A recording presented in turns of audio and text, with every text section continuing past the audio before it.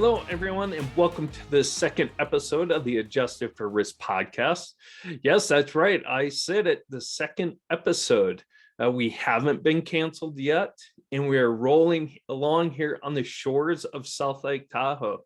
So while we have some momentum building here in the Adjusted for Risk podcast, equities, on the other hand, do not. Equities measured by the S&P 500 are off to the worst year since 1970. While the S&P 500 is down, 13% year to date through April, that April performance alone was the worst month since the peak of the pandemic. The S&P was down almost 9% in April alone. And the reason for that sell-off, there's a lot of reasons really, but the primary reasons that's really impacting investor sentiment is the aggressive Fed, which is raising doubts that the central bank is going to be able to conduct a soft landing. You have high inflation, 40-year high inflation. The Ukrainian conflict, which is continuing to provide upward pressure on commodity prices. Then you have the renewed lockdown in China due to COVID, which is, going to continue to pressure and put and snarl supply chains moving forward. And it's sure to, be a hiccup to global economic growth. So for a lot of market participants, particularly the stock pickers, this sell-off may feel like it's a bear market. When you consider some of the pandemic darlings, some of those very popular pandemic trades have completely unwound and they've been crushed recently. Consider this. Listen to some of these numbers. Zoom is down 82% from its peak. Robinhood down 86%, Peloton down 88%, PayPal down 72%, Netflix 72%, Facebook down 45%, Roku down 78%, DocuSign down 73%, all down from their recent highs. And some of these names rose well above 100, 200, 300, close to 1,000%. During the pandemic, just before the pandemic and throughout the pandemic. Now they have just gotten crushed, these pandemic darlings have. And if you're a stock picker, you loved it during the pandemic, these 500% returns. But now as those trades are unwinding, it's painful. And when you consider those individual names in being down 80% from recent highs, and you also consider the NASDAQ is down 21% through April, you would maybe think the S&P 500 should be down more than 13% year to date. And the sentiment makes you feel like equities are in a bear market. But when you take a broader view, the broad market is not. While the tech stocks carried markets through the pandemic, it's really been the boring blue chip dividend producing stocks that have been carrying the weight of the broader index. Otherwise, it would be much worse for the S&P 500 than just being down 13%. Now, obviously, that 13% sell-off is very painful, but I think what is making investor sentiment worse is and having a bigger impact on investor psyche is the fact that bonds are not providing investors any solace or any buffer to this market sell-off. When you consider, look at some of these bond returns. The TLT ETF, which is the iShares 20+ year Treasury bond ETF, it's down 29% from its peak in 2020. Its year to date, the TLT is down 19%. The very popular AGG core ETF, which is the core US aggregate bond ETF, is down over 11% from its highs and down 9% year to date.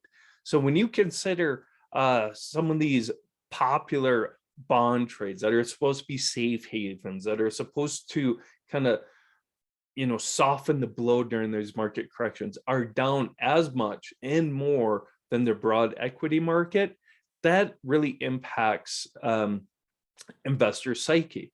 The global aggregate bond index is also off to its worst start of the year. So when you consider that, when bonds are down in line with some of the broader market in these equity indexes, it makes it feel like for investors there's nowhere to run. I recently wrote an article, a post about how intra-year corrections, even though they're painful, they're not uncommon. And I'm not sure we will end the year in positive territory like in past years. When you look back over time, the average correction, intra-year correction, is 13%, a drawdown of 13%.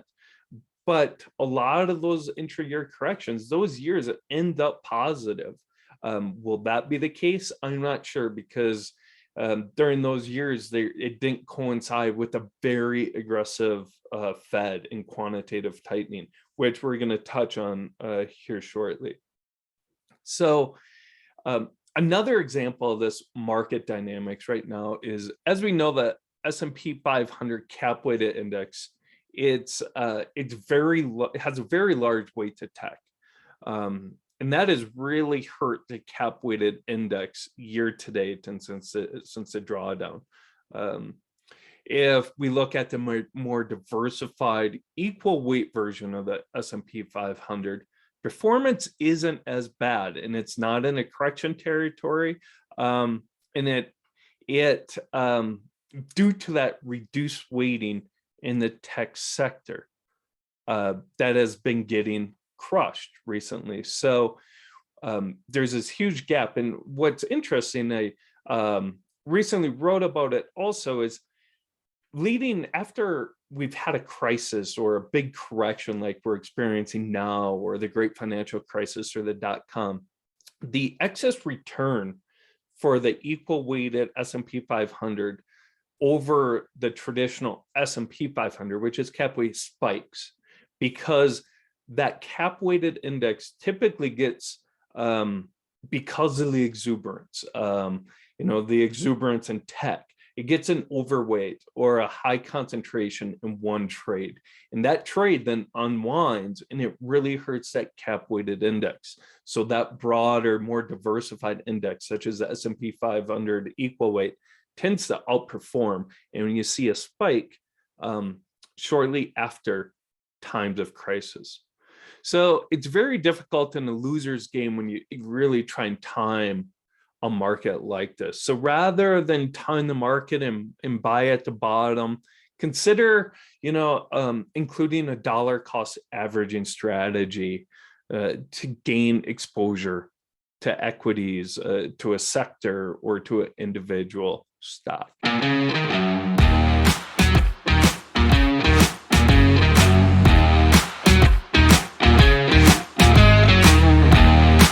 So let's go ahead and move along to our next segment, Staying Sharp. So this week, arguably the biggest event this week was a Fed meeting. Before the Fed meeting, markets were pricing in a 50 basis point hike, and that's what the Fed delivered. And that wasn't really the market moving event. What was the bigger, more noteworthy market moving event was the Fed took the option of a 75 basis point hike off the table. Markets actually were pricing in a hike of 75 basis points into the market, or the probability was like 90% that the Fed was going to increase rates by 75 basis points over the next couple meetings. Well, the Fed Chairman Jerome Powell's follow-up press conference, he really took that off the table. And because of that, markets flourished. They surged despite the biggest hike in 2 decades. Equities really bounced. The NASDAQ 100 finished the day up over 3%, almost 3.5%, while the S&P 500, following Jerome Powell's press conference, finished up 3%. The market rally was the biggest increase on the day of a Fed meeting in over a decade. While it was the biggest hike since 2000, the 50 basis point hike was, like I said, was priced in.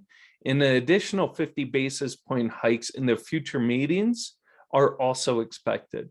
So get used to, half a percentage point hikes over the next couple Fed meetings. What markets really applauded, and the reason for that big bounce, was because the Fed removed the fear of a 75 basis point hike off the table. And markets were fearful of that. Now some investors are fearful that the Fed has been well behind the curve, and I do too. I believe the Fed is well behind the curve, and now are in desperate race to try and get ahead of the curve to tame inflation. So I'm expecting interest rates to reach above their neutral target, the Fed's neutral target of 2.5% by the end of this year. While consumer and corporate balance sheets are very strong, I think they can withstand the initial rate hikes and keep the economy going. But I do believe that, as the Fed continues to put the brakes on the economy and raises and gets closer and above that 2.5% neutral rate, I do believe it won't be able to conduct a soft landing, and you're looking at a potential recession in late 2023, 2024.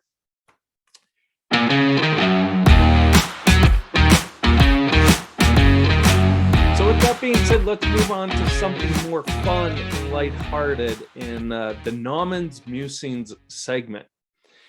Mother's Day weekend is upon us. So I would just like to give a shout out and a thank you for everything all the moms do for husbands, for their kids. They do such fantastic work. I don't think we can thank them enough. So I'm going to give you a little story about my mom, which, whenever anyone asks me about anything exciting about me, I'm quite boring. So I always, my mom has some really great stories. So here's one about my mom. In the late 60s, in around 1970, she was a flag woman working on a road construction team. Her and her friend, they got the job, and as you can expect in the 1960s, there's not very many women on a construction crew. So they were actually, shortly after they were hired, they were fired. Some of the crew members didn't like that women were on the team. Some of the wives of the crew members didn't like that there was women flag ladies. So they were fired. And my mom and her friend sued the construction crew, sued the company, and they won one of the very first discrimination cases in the state of South Dakota. I think, which is a huge accomplishment during the late 60s. I think it happened in 1970 that they just won the case. But what we all kind of chuckle at is for winning the case, they were awarded enough money to buy a few cases of beer and a few packs of cigarettes that probably lasted them a day or two. So with that story, I would like to wish all the moms out there a very happy Mother's Day weekend. And with that, I'm going to go ahead and sign off. Thank you again, everyone, for watching and listening. And a reminder, you can get more information of my market insights on the website Wealth of Insight from 6,237 or 6237. The podcast can be located at your favorite podcast distributor like Spotify, Apple, as well as our Adjusted for Risk YouTube channel. So with that, I'm going to sign off and thank you again, and we will see you next week.